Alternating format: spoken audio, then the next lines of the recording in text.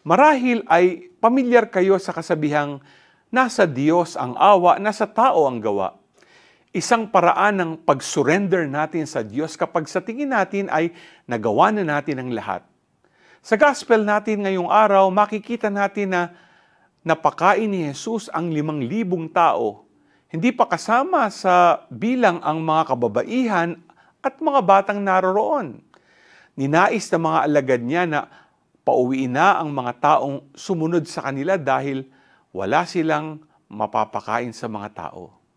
Ngunit gumawa ng isang miracle si Jesus when He took the 5 loaves and the 2 fish and looking up to heaven, He said the blessing, broke the loaves and gave them to the disciples, who in turn gave them to the crowds.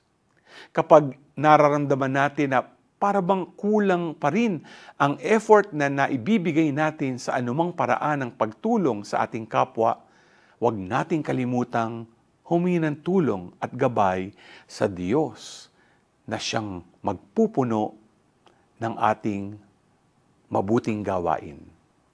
G ka ba?